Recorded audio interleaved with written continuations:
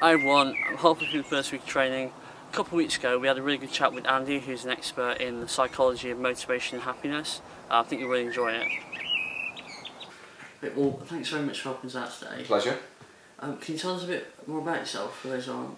Yeah, my name's Andy Cope. I've got various lives. I write children's books, but I guess this video is most interested in the other part of my life, which is as a researcher at Loughborough University. Look, I've been studying happy people and positive people, so I'm doing a doctorate in happiness.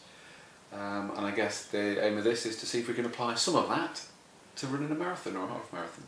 Is there a lot of positive people out there? Is there a lack of No, I've been struggling to find happy. If you're interviewing happy people in Britain, there's not that many genuinely upbeat, happy, positive people around, but I've been seeking them out. I call them the 2%ers, which gives you a clue as to there ain't many of them there. As low as 2%? Well, I've been researching the happiest 2% of the population to find out why they're happy, why they're positive. And the really good news is it does tie in, I think, with some of the stuff we're going to cover today. Oh, fantastic. I was curious, would you say there's a correlation between positive thinking, happiness, and motivation to... Well, hugely. I mean, the people that I've been looking at, it's more than positive thinking. I think we need to get away from... I don't know if you read The Secret. The Secret's this best self-help book about imagine it and it will be yours. You know how much I think about a Ferrari, there isn't one on the drive, it's a Citroen.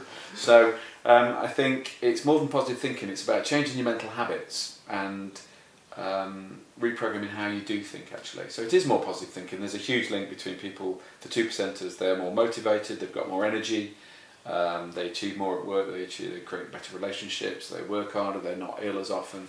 So the benefits at work and in your private life are absolutely huge. Am I guessing right that the people who are in that 2%, they're people who genuinely can achieve what they want with their lives? They do achieve more. They end up having more interesting lives, actually, because as a 2%er, you're the one who says, yeah, I'll give that a go, I'll try that. Yeah. And anybody who's listening to this has signed up for, or going to sign up to do a ridiculous run. You've almost got to be a 2%er to do a marathon, because you've got to be slightly odd. Because, I mean, it's going to hurt, it's going to involve a significant time commitment. So normal people don't do that, do they? No. Normal people sit on their arses watching TV of an evening, they don't go out for a run in the dark. So hats off to you. You must be a 2%er to be watching this. So, speaking of the pain, etc. Yeah. A common example of a problem I have. So it was just throwing it down with rain. Yeah. My schedule tomorrow morning involves running up some hills, which in the rain. Are going to be quite muddy. Oh joy. How can I? Yeah, obviously that's not very compelling to go out there. Any kind of tips to kind of keep yourself? Well, I guess. Well, I mean, I'm not a sporting expert, but I do know that the more that you do run, the more addicted to it you do get, and it should become more enjoyable the more you do it. I talk about having a why.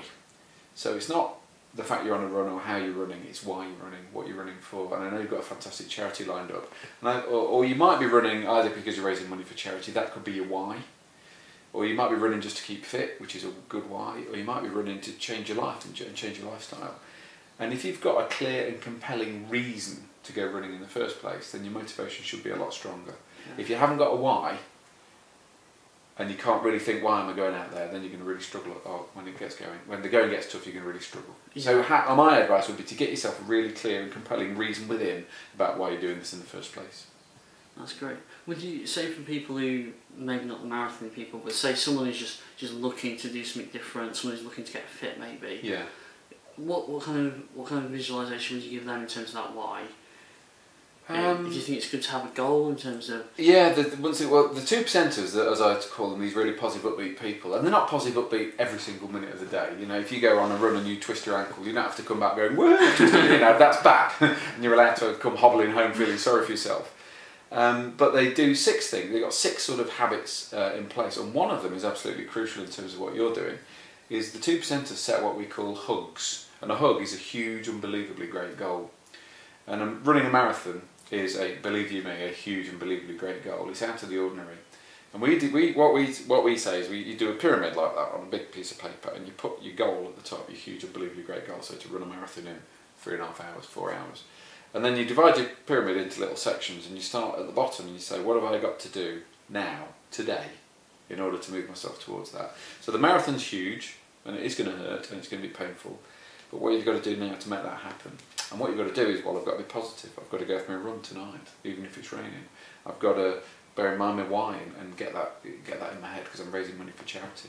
So if you do your pyramid, your huge, unbelievably great goal, and you work out what you've got to do to make it happen. Most people don't have a goal. Their goal is to get through the week or survive the week, which is why they're sad and miserable. So what you're saying is I need to enjoy the little parts of it. So those building blocks, so running up those muddy hills. I'll tell you another one. I'll tell you another one that links in with it. Enjoy the little things. Is notice things when you're running. So I know that you notice your breathing, you notice the pain in your joints, but I want you to notice things that you'd never normally notice: the grass, the leaves, the trees, the sunshine, the clouds, the rain. And I just want you to go out of your way to actually pick out things as you go, and it makes it more interesting. And if you look at the top 10 happiest moments of your life, they're not things you've bought. There will be things that you've done. There will be experiences. And I guarantee if you run a marathon or a half marathon and you complete it, while everybody else is sitting watching TV, you've got a life experience there. One day, you'll be too ill and you'll be too old and you won't be able to get out of bed at all. But you'll be able to look back and you'll have in your head some of the best memories ever.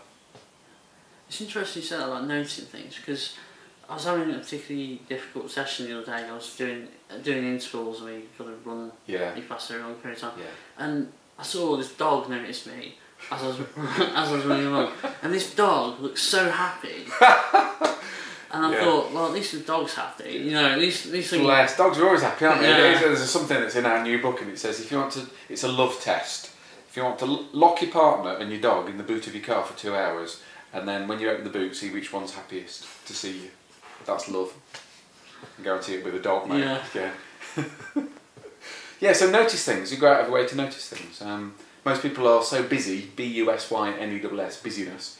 We get subsumed into going through life really fast that we don't take time out to really, really enjoy it. So, I mean, it might be hard to enjoy a marathon, you know, when you're hurting. But actually, you know, you've got your why sorted. You know what you know why you're doing it. And like I say, the more you run, I mean, it's so good for your health, and which you know anyway. But it's good for your longevity. It means you're going to live longer, and you're going to be happier as you live longer. So loads of good reasons, mate. In fact, I might be doing this marathon myself. I'm talking myself into it. Yeah. It's interesting you say that, because it's what you're saying is, in fact, that by doing it and by having those and by mixing things up and giving yourself something interesting to do in amongst your sort of the day to day, you are in fact giving yourself. It's enjoying the journey as opposed to the destination. It is, mate. I mean, that's a very philosophical way of looking at it. But you've got a purpose. Most people don't have a purpose. In fact, if you want to put in this video, or after we watch this one, go on YouTube, and there's a Monty Python thing called the 100 metres for people with no sense of direction. I recommend anybody who's watching this to just Google 100 metres for people with no sense of direction and watch that. That's how most people live their life. The starting guns goes, and lots of people going in different directions. They don't know where they're going. And life's meant to be interesting. It's meant to be full of experiences. And there's something called opportunity cost in economics. The opportunity cost, you going out for a run of an evening, what would you have been doing otherwise? And if you're sitting on your arse watching MasterChef, then you're better off having a run, I promise you. I was really curious to know what you were going to say when you said watching There's nothing wrong with MasterChef, but I think running a marathon is better for your life than sitting watching reality TV or whatever. No, I agree, that's a great way of looking at it. Yeah, because in a way you're sort of losing out by not doing it. Yeah, absolutely. Well, once again, I don't get too pious with this, but you tend to regret things you haven't done, not the things that you have done. So on your deathbed, you know, when you're 105, you're not going to be saying, I wish I'd watched more MasterChef. Yeah, you're going to go, I wish I'd done that marathon. Thanks, that's really good. Okay, cool. Just as a final one, say you know, inevitably things are going to get difficult, and some sessions are going to be hard than others. If I'm at a point where things get really hard, in your head you go to a really bit negative place. Yeah. You're thinking you're not going to finish off the training or whatever. Is there something you can do just to flip that over and turn it into a positive? We call it bounce back ability. You are allowed to have a bad day. If things get really hard, you are allowed. I know motivational speaker says you are allowed to give up, but yeah, you are allowed to give up, just the once. And I think the other thing is don't compare yourself with other people. If everybody else is doing the marathon quicker than you, everybody else is out training, and you've got a sore knee, doesn't matter. Yeah, compare yourself with yourself. Ask yourself, what have I got to do to be better? So how can I be my best self? So the 2%ers continually bring themselves back to that question, how can I be my best self right now? So it's asking that question of when things are getting hard, it's asking why isn't this working for me at this exact moment? Yeah, I don't care what anybody else is doing, you know, what can you do to do better? And sometimes if you've got to go and have a hot chocolate, then that's absolutely fine. So stop comparing yourself with other people. Get your why sorted. Make yourself got a huge, unbelievably great goal. So work out what you've got to do to make it happen. And the other one, the massive thing the 2%ers do, is they consciously, deliberately choose to be positive. And that's the biggest thing. If you made a mental note here to be your best self and be as positive as life will allow you to be, then actually you will naturally keep going when it does get tough. Fantastic.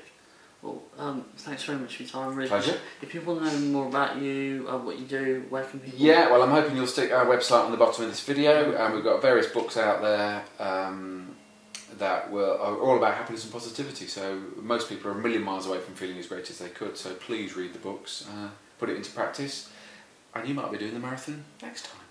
Fantastic. Well, thanks very much. Okay, cheers.